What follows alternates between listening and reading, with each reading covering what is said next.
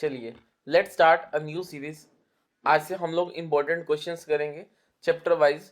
तो firstly chapter number 1 है हमारा Indian economy on the eve of independence. की इंडिपेंडेंस से पहले 1947 से पहले हमारी इंडिया की इकोनॉमी कैसी थी, तो उससे रिगार्डिंग जितने भी इंपॉर्टेंट क्वेश्चंस हैं वो हम लोग यहाँ डिस्कस करेंगे।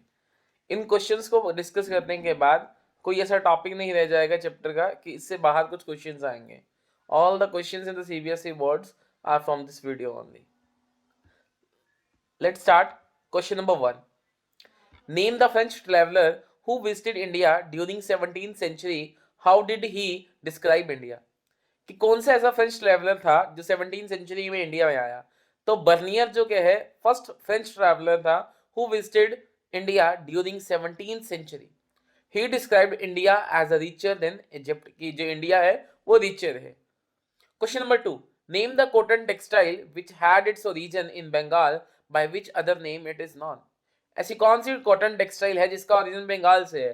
तो डका मसलिन जो के है is a type of a cotton textile जिसका ओरिजिन कहां से है? बंगाल से है। It is also known as a malmal shahi और मलमल खास भी से कहा जाता है। फिर मोस्ट इंपोर्टेंट क्वेश्चन बहुत बार पूछा जाता है, name some notable economics who estimated India's per capita income during the colonial period. तो दैट इज इसका आंसर क्या जाएगा? Dadabhai Naoroji, William Digby, VK RV Rao and RC Desai and lot of और भी बहुत सारे हैं जिन्होंने एस्टिमेट किया इंडिया की पर कैपिटा इनकम को during the colonial period. Question number 4 है हमारा, why was Indian economy referred to as an agriculture economy on the eve of independence? कि इंडिपेंडेंस के टाइम पे इंडिया की इकोनॉमी को एग्रीकल्चर इकोनॉमी क्यों कहा जाता था? कहते हैं because 70 to 75% of population was depend on the agriculture for the livelihood either directly और इनडायरेक्टली। मतलब 70 to 75% जो हमारी पॉपुलेशन थी वो एग्रीकल्चर के ऊपर डिपेंड थी। डेट्स वाई उस टाइम पे इंडियन इकोनॉमी को एग्रीकल्चर इकोनॉमी कहा जाता था। नेक्स्ट क्वेश्चन है, what is the meaning of subsistence farming?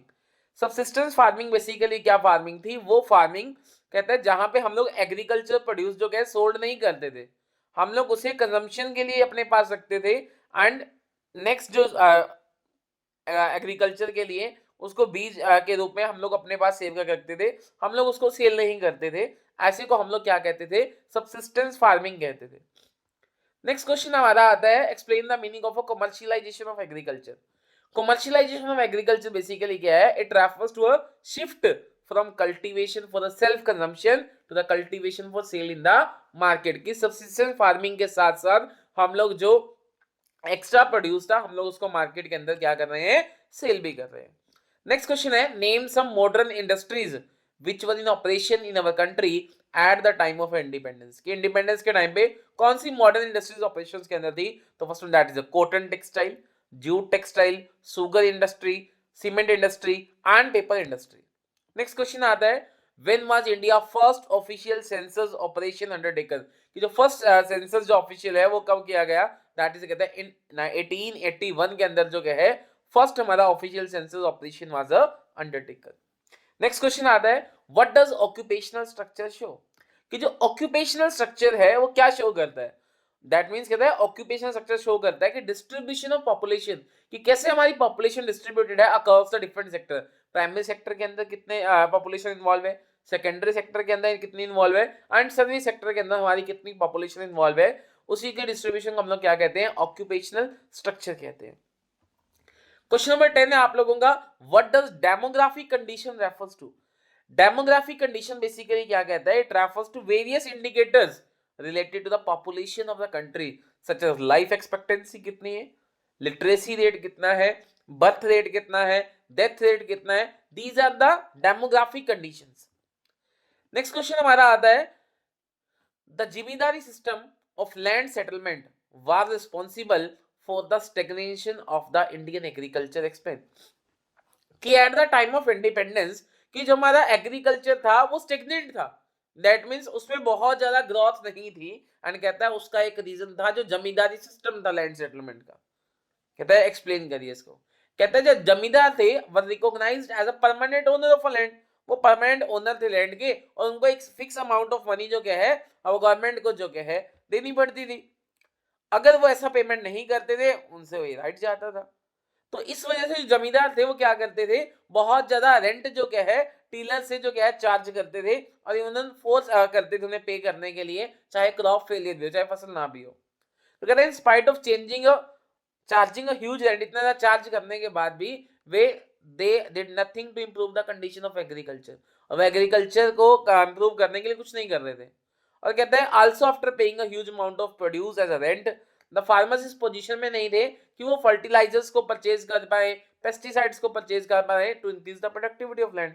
तो इन सब चीजों से क्या है, all this led to the stagnation of Indian agriculture.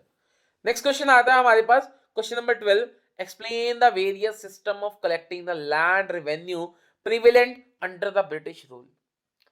कि जो कौन कौन से सिस्टम थे लैंड रेवेन्यू को कलेक्ट करने के ब्रिटिश रूल के टाइम पे। कहते the following two system of collecting land revenue were prevalent under the British rule. तो एक तो था रियोटवाड़ी सिस्टम, दूसरा था Mahalwari system. Ryotwari system basically क्या था, एक ऐसा वे है collecting the tax revenue directly from the cultivator of a farmland, जो एक्चुअली में कल्टीवेट कर रहे थे उन लोगों से डायरेक्टली टैक्स कलेक्ट किया जाता था। मालवाड़ी सिस्टम बेसिकली क्या था, this system consist of a landlord और zamindar representing an entire village और even a group of villages.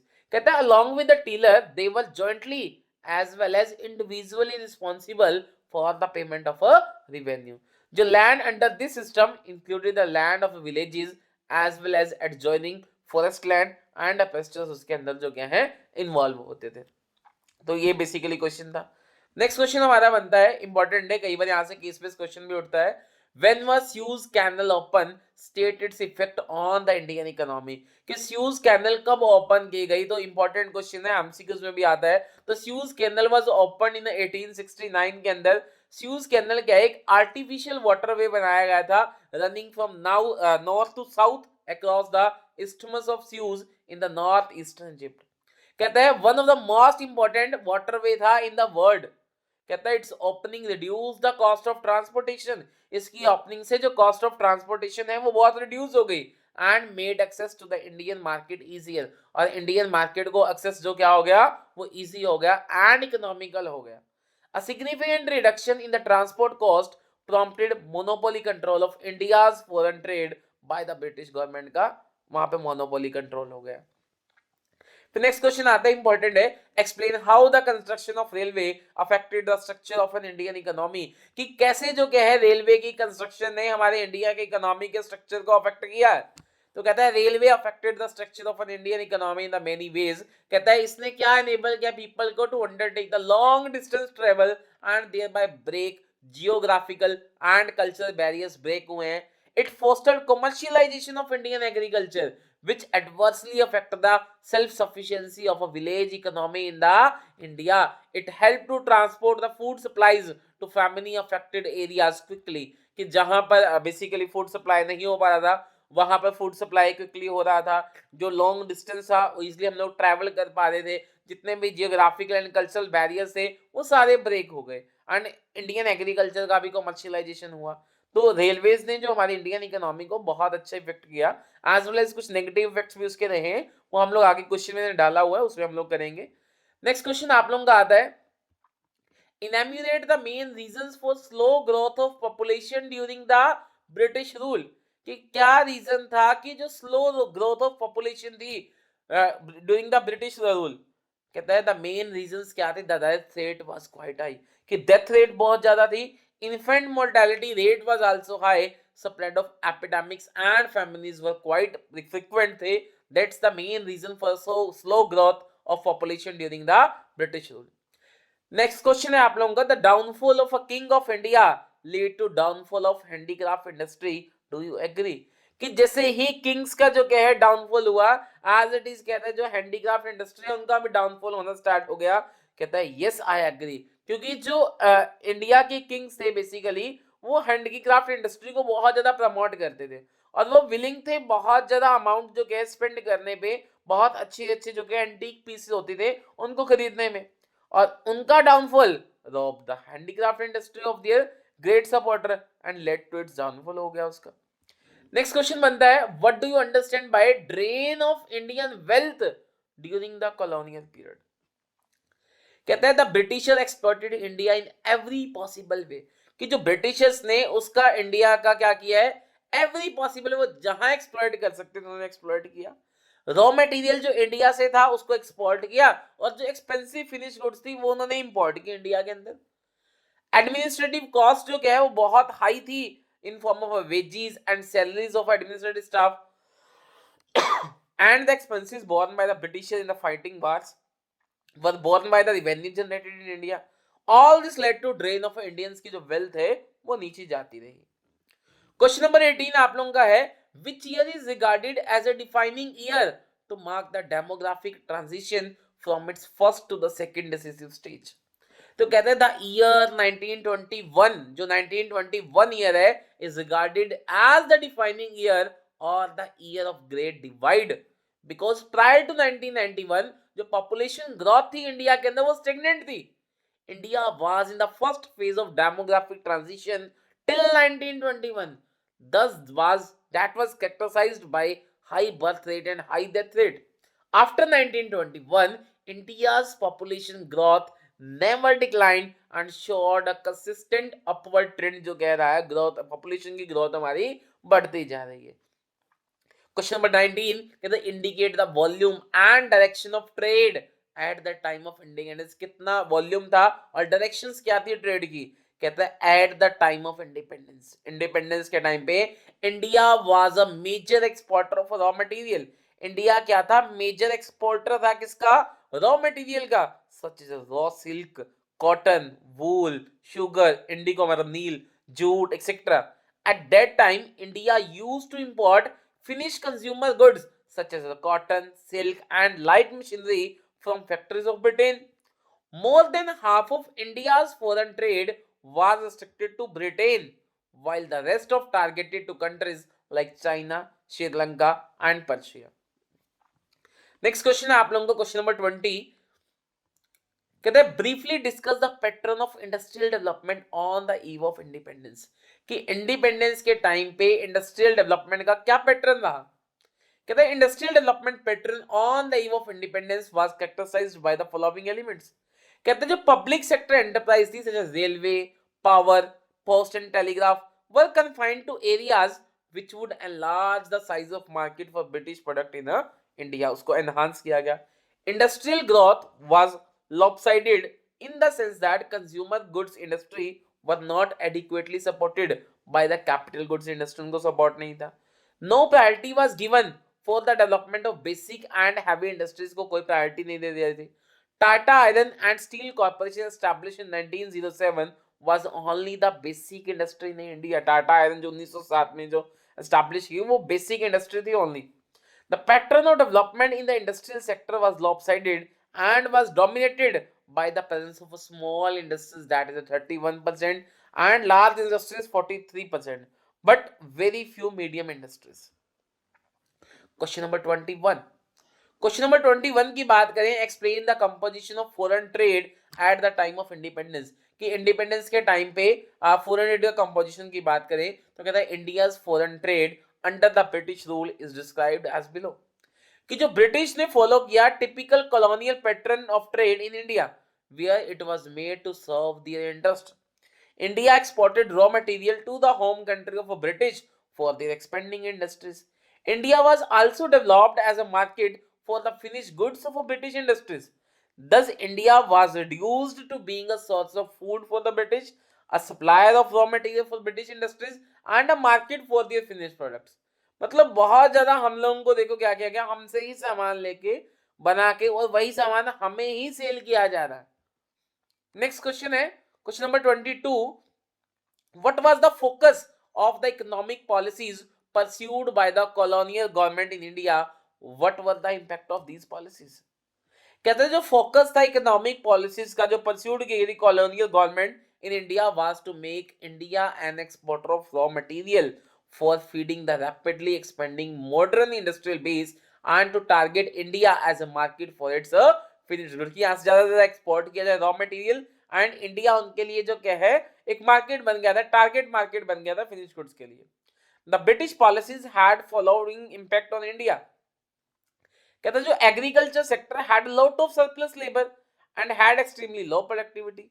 Industrial sector was backward and lacked diversification. Poverty and unemployment बहुत ज्यादा हो गया. Infrastructure facilities need upgradation. Foreign trade was beneficial for the Britishers. Foreign trade जो क्या है वो Britishers के लिए beneficial था. Question number 23. What was the twofold motive behind the systematic deindustrialization affected by the British in pre-independent India? तो कहते हैं the following are the twofold motive behind the systematic deindustrialization affected by the British. First कहता है making India a supplier of raw material. The main motive था जो British government का was to make India a mere supplier of a cheap raw material to feed its own rapidly expanding industrial base. और second thing making India a market for the finished goods. की another important objective क्या था British government का in deindustrializing Indian economy was to use India as a large and growing market to sell the finished goods produced by the British industry so that their industries never face a demand shortage and could keep on flourishing. Basically वो दोनों तीनों questions जो क्या है basically same थे. Britishers ने क्या किया इंडिया को जो क्या है एक रॉ मटेरियल का सप्लायर मान लिया कि इंडिया से ज्यादा रॉ मटेरियल सप्लाई किया जाए एक्सपोर्ट किया जाए ब्रिटिश के जो उनके इंडस्ट्रीज के लिए एंड वो जो सामान बनाए वो कहां पे आए वो इंडिया के अंदर जो क्या है उसकी डिमांड रहे इसलिए डी इंडस्ट्रियलाइजेशन किया गया ताकि उनकी इंडस्ट्रीज को कभी भी डिमांड की शॉर्टेज ना फेस करनी पड़े और वो हमेशा अपग्रेड होती रहे. फिर नेक्स्ट हम लोग बात करते हैं क्वेश्चन नंबर 24 कहता है what objective did the British intended to achieve through their policies of infrastructure development in India. कि जो इंफ्रास्ट्रक्चर डेवलपमेंट जो उन्होंने पॉलिसीज बनाई उनके पीछे का उनका ऑब्जेक्टिव क्या था. कहता है under the British rule the basic infrastructure such as railway, ports, water transport, postage and telegraph developed, but the objective behind the development of infrastructure was not to provide the basic amenities to the people but to cater to their colonial interest. उनका अपना ही interest था, कोई basic amenities वो लोगों को provide नहीं करना चाहते थे. जो ऑब्जेक्टिव था ब्रिटिशर्स का behind the development of infrastructure were roads were developed for the purpose of mobilizing armies and transporting raw material to the nearest railway station और पोर्ट तक वो raw material पहुंचाया जा सके. Railways develop की गई to encourage commercialization of agriculture. Postage and telegraph were introduced to enable them to control the large subcontinents को control करने के लिए postage and telegraph को introduce किया गया. Next question है आप लोगों को question number 25. Explain the important feature of international trade during the British rule. कि ब्रिटिश रूल के टाइम इंटरनेशनल ट्रेड की फीचर्स बतानी है तो सिंपल सा है इसके अंदर भी कुछ ऐसा खास नहीं है कि जो exporter of primary products and importer of finished goods under the तो वही मेन चीज है कि हम लोग क्या हो गए एक्सपोर्टर हो गए प्राइमरी प्रोडक्ट्स के और इंपोर्टर बन गए फिनिश्ड गुड्स के. कहते हैं under the colonial rule India become an exporter of primary product. हम लोग यहाँ से एक्सपोर्ट कर रहे हैं सिल्क का कॉटन वूल शुगर इंडिगो और इंपोर्ट करें finished goods like cotton silk woollen clothes and capital goods like light machinery. हम लोग यहां से सामान भेज के वही सामान वहां से खरीद रहे हैं. Britain monopoly control more than half of India's foreign trade was restricted to Britain. The opening of Suez Canal in 1869 further intensified British control over India's foreign trade. Surplus trade but not only benefit Britishers due to huge export of primary goods. Our balance of trade showed a surplus.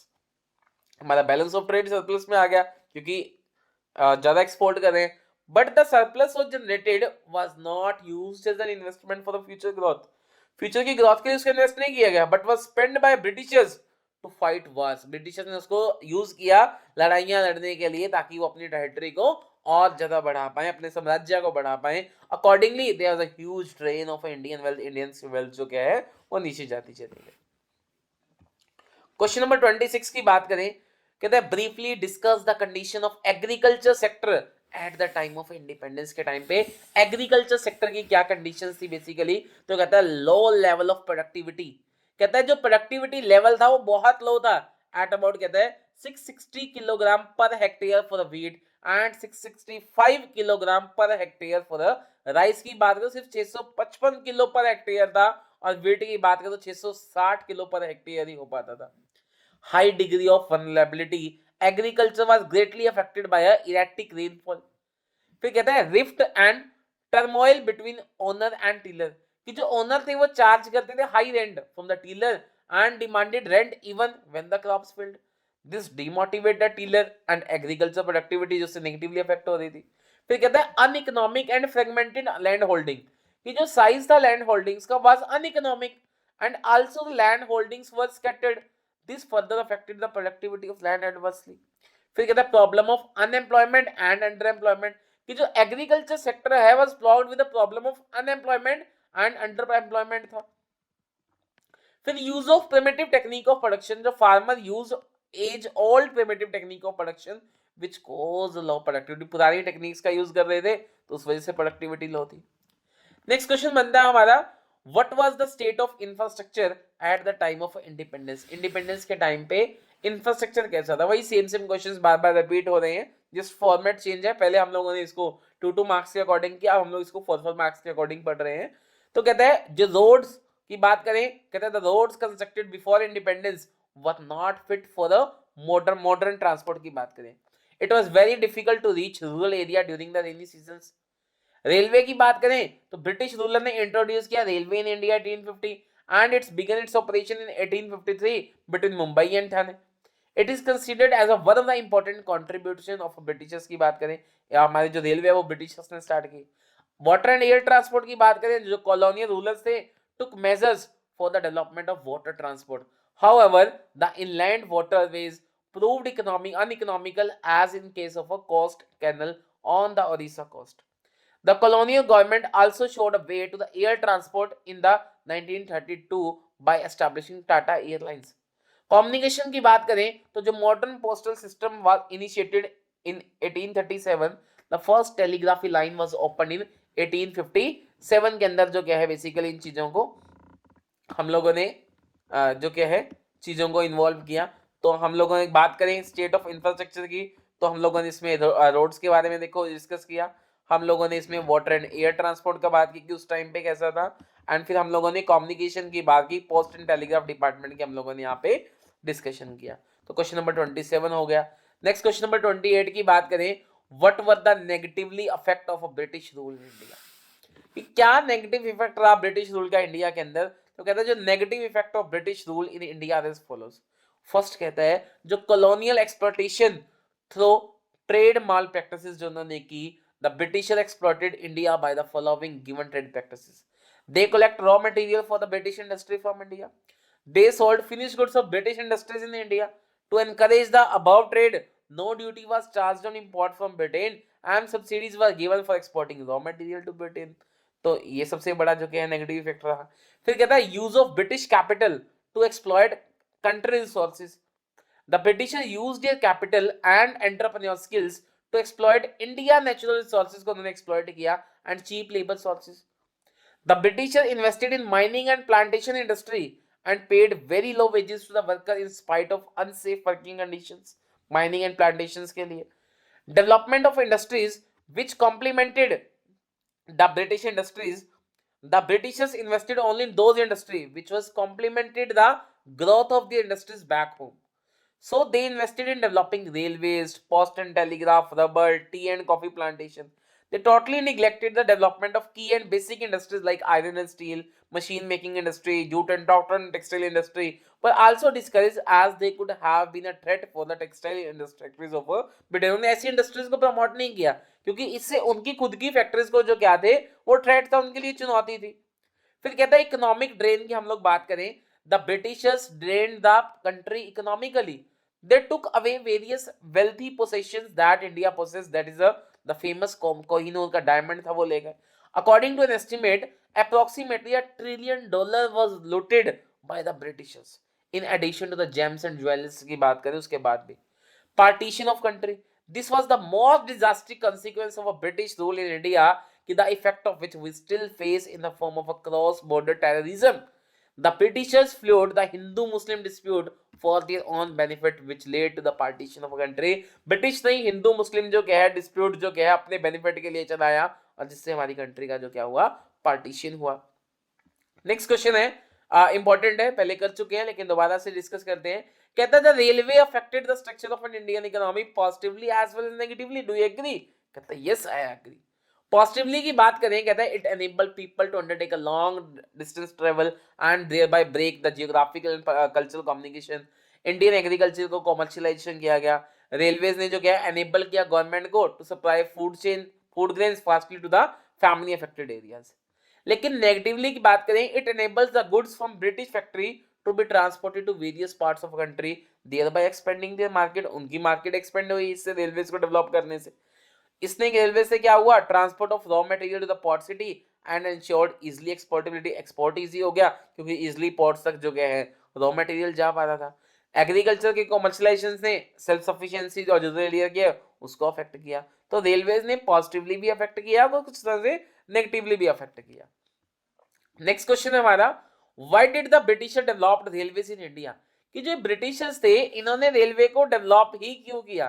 तो basically ये questions कराने की need नहीं है, आप लोगों को पता ही है कि उन्होंने रेलवे को डेवलप क्यों किया। बेसिकली एक तो एक्सपोर्ट्स ज्यादा हो पाए, अपनी मार्केट को इजिली एक्सपेंड कर पाए, मिलिट्री मोटिव्स था बेसिकली उनका, इजिली जो क्या है faster movement of troops and supply, कि जब भी इंटरनल रिवॉल्यूशन हो, डिफेंस अगेंस्ट एक्सटर्नल एग्रेशन हो, तो सब चीजें वो चीजें यहाँ कर पाए।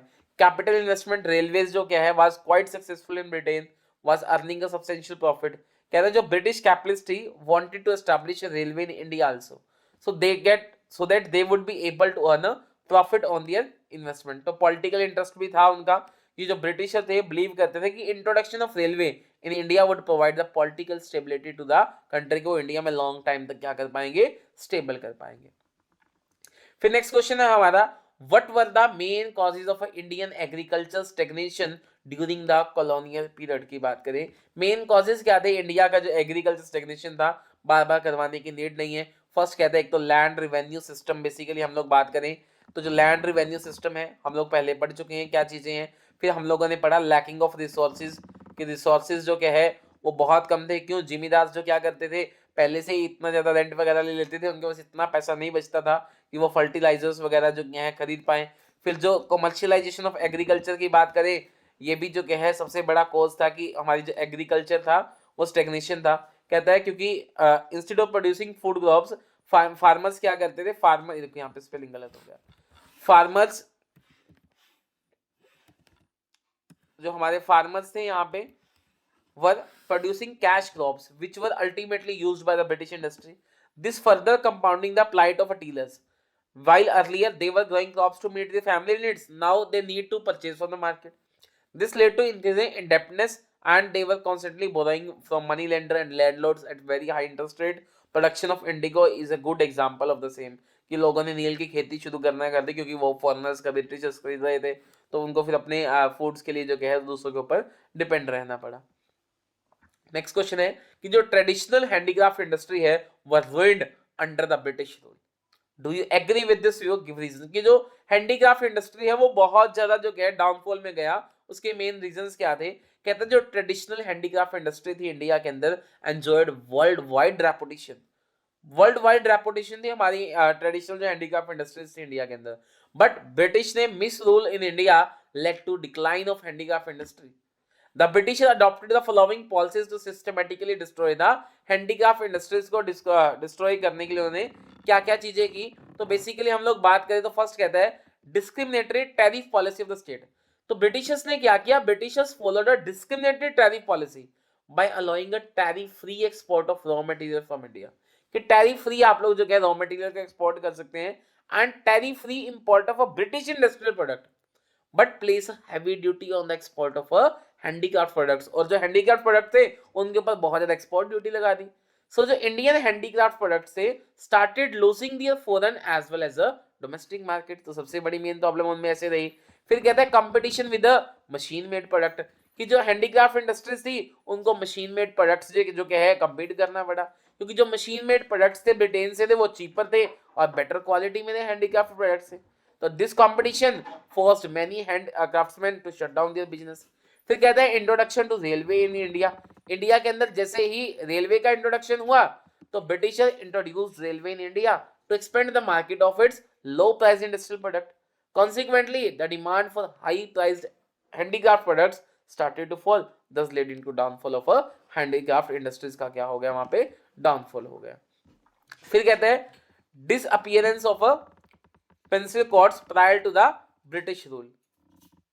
कहते हैं राजास की बात करें, nawabs and shahenshah ruled the different parts of our country and they were great partition of a handicraft, but as the British Raj spread its tentacles, these princely courts declined and so did their patronage. This ultimately led to decline of handicraft। बताया मैंने आप लोगों को पहले कि downfall इन Kings जो क्या है उससे जो क्या है डाउनफॉल ऑफ हैंडीक्राफ्ट था। फिर कहता है न्यू पैटर्न ऑफ डिमांड, कहता है as the British rule progress in India a new class emerged which was keen to follow the British lifestyle. This changed the pattern of demand in the favor of a British goods की demand ज्यादा हो गई। Next question हमारा है, कहता है critically apprise the some of the shortfalls of industrial policy pursued by the British colonial administration। तो first कहता है जो industrial policy pursued by Britishers under the colonial administration aimed at promoting the modern industries in Britain में, तो first है decay of a handicraft industry. तो कहता है जो ट्रेडिशनल इंपॉर्टेंट हैंडीक्राफ्ट इंडस्ट्री थी इंडिया की, in the absence of any patronage and incentive started to decline, वो डिक्लाइन होना स्टार्ट हो गए। The decline of handicraft industry not only created massive unemployment but also resulted in a spur of demand in the Indian consumer market, which was now deprived of supply of locally made goods. This demand was met through goods produced in the British industry। फिर कहता है limited growth of a public sector enterprises, कि जो public sector enterprise था उनकी growth भी क्या थी, लिमिटेड थी। कहता है only those public sector enterprise which served the interest of Britishers were developed such as railway, postal and telegraph। फिर कहता है absence of capital goods industries को जो क्या है बेसिकली वहां पे क्या किया गया, कहते हैं कैपिटल गुड्स इंडस्ट्रीज को प्रमोट नहीं किया गया। The consumer goods industries were not supported by the capital good industry, they were also a dearth of basic and heavy industry। फिर कहता है bleak growth of modern industry because कहता है no initiative was taken by British government to industrialize the Indian economy के लिए, therefore the modern industries registered a negligible growth rate। A few entrepreneur opened iron steel industry, sugar, cement and paper mills। Question number 34, highlight the silent feature of India pre independence occupational structure। तो उस time हम लोग बात करें तो कहते हैं pre dominance of agriculture, सबसे ज्यादा जो क्या है लोग क्या थे एग्रीकल्चर के ऊपर डिपेंड थे। 70 to 75% जो क्या है बेसिकली क्या था जो वर्कफोर्स थी हमारी वो एंगेज थी एग्रीकल्चर के अंदर। फिर lack of opportunity in industries की ओनली स्मॉल प्रोपोर्शन जो पॉपुलेशन थी हमारी वो एम्प्लॉयड थी मैन्युफैक्चरिंग सेक्टर के अंदर ओनली 10%। फिर कहता है unequal distribution among the sector, कि डिफरेंट डिफरेंट सेक्टर्स के अंदर जो क्या है अनइक्वल डिस्ट्रीब्यूशन था, तो डेट्स वाइज जो क्या है वो भी बेसिकली साइलेंट फीचर उस टाइम पे। फिर बात करें रीजनल इम्बैलेंसेस थे, रीजनल इम्बैलेंसेस की बात करें तो वेरिएशन था occupation structure of India on the जब Madras presidency Bombay and Bengal experienced a fall in agriculture workforce and increase in occupational share of manufacturing services. But अगर हम लोग उड़ीसा की बात करें, राजस्थान की बात करें, पंजाब की बात करें, यहाँ पे कहते हैं increase in dependence of workforce on agriculture sector के अंदर लोग जो है डिपेंडेंस ज्यादा थी। लास्ट क्वेश्चन हमारा है, कहता है were there any positive contribution made by the Britishers in India, क्या ब्रिटिशर्स ने कुछ पॉजिटिव कंट्रीब्यूशन में दिया। कहते हैं the motive behind the British rule in India was colonial exploitation ही था उनका, but the means resulted in some positive side effects which were एजेंटर। कुछ पॉलिटिकल जो क्या है हम कहते हैं कुछ पॉजिटिव इफेक्ट्स भी आए। फर्स्ट कहते हैं political and economical unification of India, कहता है प्रायर टू ब्रिटिश रूल, कि हम लोग ब्रिटिश रूल से पहले की बात करें, ब्रिटिश रूल से पहले की बात करें तो इंडियन सब continent was divided into the small fragmented territory by different identities. The British government took over the control of those territory and unified the country politically and economically। फिर development of means of transport बहुत सारे उन्होंने देखो बनाए हैं, हम उसको neglect नहीं कर सकते। बहुत ज्यादा रोड्स, रेलवेज, डैम्स जो उन्होंने ब्रिज आज तक वो चल रहे हैं। फिर ग्रोथ ऑफ मॉनेटरी सिस्टम जो क्या है वो ग्रोथ हुआ क्योंकि कॉलोनियल रूल ने जो क्या शिफ्ट किया बार्टर सिस्टम से मॉनेटरी सिस्टम की तरफ हम लोग आए। फिर स्प्रेडिंग एजुकेशन, बेसिकली कहता है कि जो ब्रिटिशर्स ने उन्होंने बहुत ज़्यादा जो क्या है ब्रिटिशर्स ने बहुत ज़्यादा स्कूल्स ओपन किए इंडिया के अंदर and introduced English as an official language जो क्या है इंडिया को जो क्या है इंट्रोड्यूस किया। एजुकेशन जो क्या है हेल्प की इंडियंस की to identify the basic right of freedom and fight for it. फिर कहता है educating eradicating social evils, social जो हमारे वो थे उसको जो क्या है इरेडिकेट किया उन्होंने बेसिकली। फिर कहता है इफेक्टिव सिस्टम ऑफ एडमिनिस्ट्रेशन, जो एडमिनिस्ट्रेशन था हमारा बेसिकली उसके अंदर एफिशिएंट सिस्टम लेके आए। तो basically these are the basically क्या है हमारे पॉजिटिव कंट्रीब्यूशंस थे जो ब्रिटिशर्स ने इंडिया के अंदर किए। So I think all the important topics are covered in this video. इस 35 मिनट्स के लेक्चर में मैंने each and every topic consider किया है। कुछ क्वेश्चंस रिपीट भी हुए क्योंकि कुछ हम लोगों ने 2 मार्क्स के क्वेश्चंस में अकॉर्डिंग पढ़े एंड कुछ हम लोगों ने 4 मार्क्स के अकॉर्डिंग पढ़े। आई होप आपको ये चैप्टर क्लियर हो गया होगा। अगर आपको कोई डाउट है तो आप लोग कमेंट बॉक्स में से पूछ सकते हैं। Thanks and have a nice day.